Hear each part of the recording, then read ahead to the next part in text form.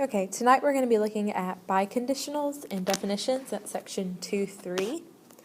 The first thing we need to do is define a biconditional.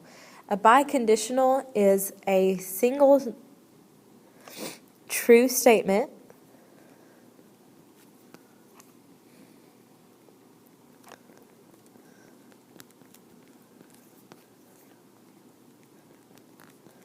that combines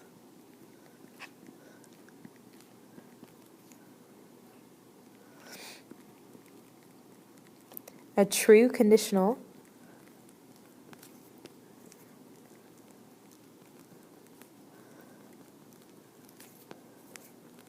and its true converse.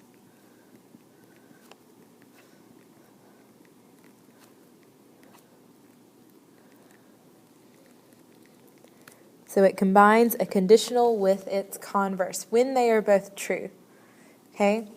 And when we write biconditionals, we write them in the form if and only if.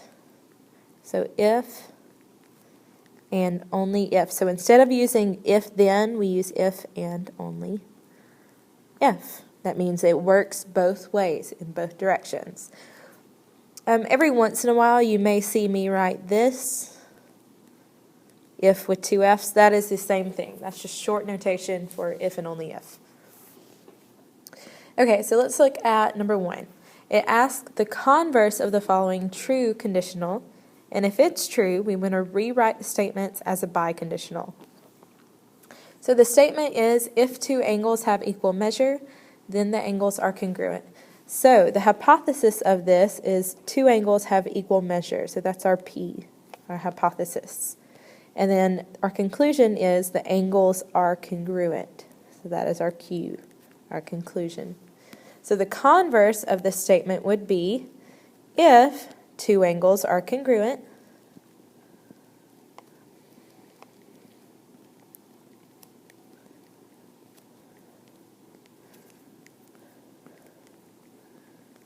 then they have equal measure.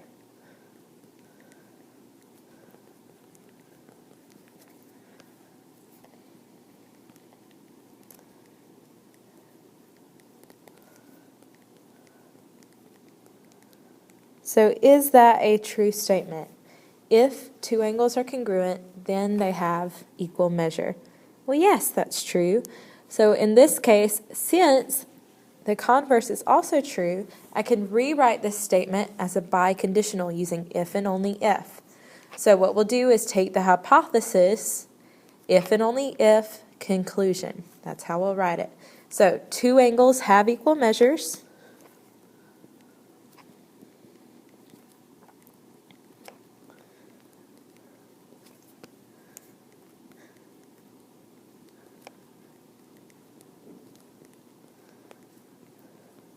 If and only if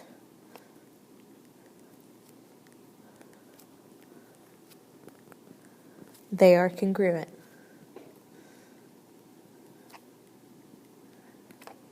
So that is a biconditional statement. Okay? So it just has if and only if instead of using if then. All right, so let's look at the following.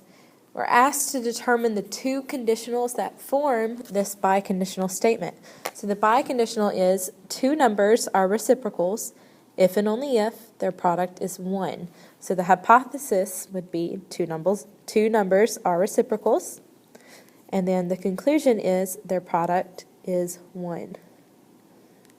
Okay, so to write the two conditionals, we need to write P then Q. And then remember, a biconditional is a true converse, so we need to also write Q then P. All right. So P then Q would say if two numbers are reciprocals,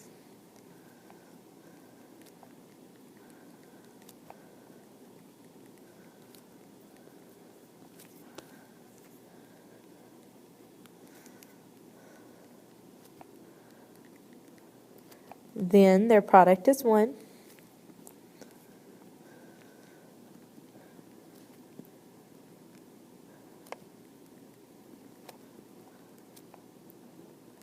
Okay? And then the converse of that statement would be, if two numbers have a product of 1,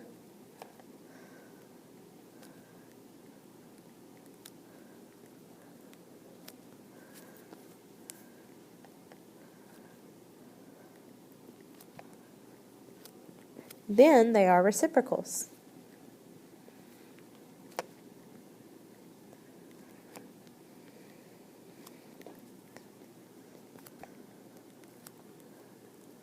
So that is breaking it down to the original conditional and its true converse. All right, the next thing we're going to do is define what it means to be a good definition. In order to be a good definition of something, we've got to have some criteria. The first one of those is it uses clearly understood terms. Uses clearly understood terms.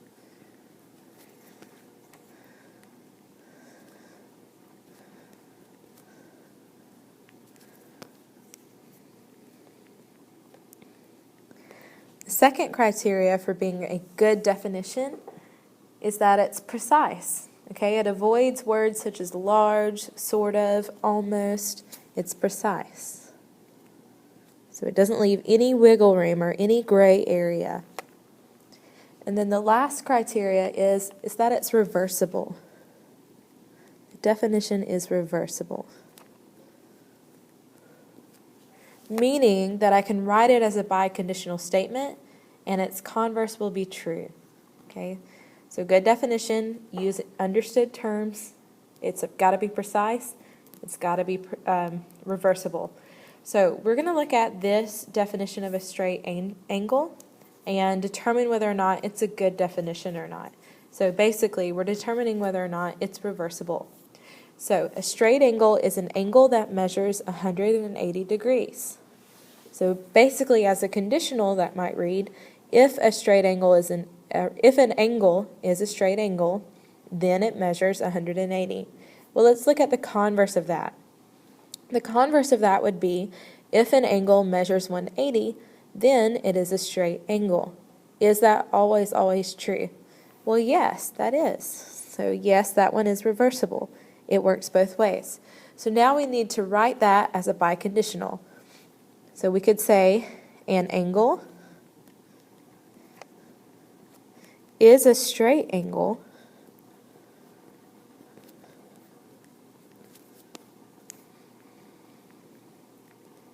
if and only if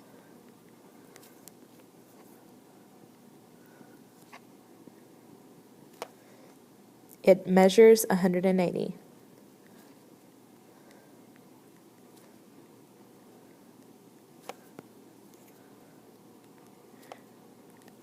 Okay, so an angle is a straight angle if and only if it measures 180. All right, the last thing we're going to do is determining whether something is a good definition or not. So the best way to determine whether it's a good definition or not is to look for a counterexample. So it's not a good definition if you can find a counterexample.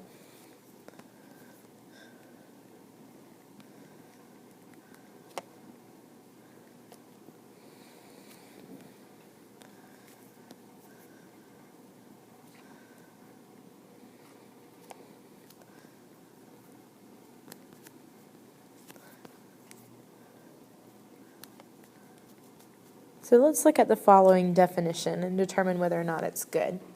A square is a figure with 4 right angles. So the conditional of this would read, if a figure is a square, then it has 4 right angles. That's true, a square has 4 right angles. But let's look at the converse of that. The converse of that, so Q then P, would read, if a figure has 4 right angles,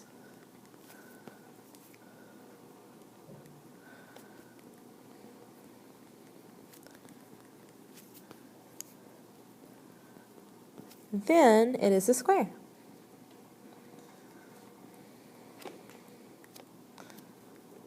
So is that a good definition? Well, can you think of a figure that has 4 right angles that is not a square? If you can, then it's not a good definition. So what about a rectangle? Okay, so here we have a rectangle. Rectangles have 4 right angles, but is that a square? No, all 4 sides aren't congruent there. So this would be not a good definition. And we proved that it wasn't a good definition by providing a counterexample.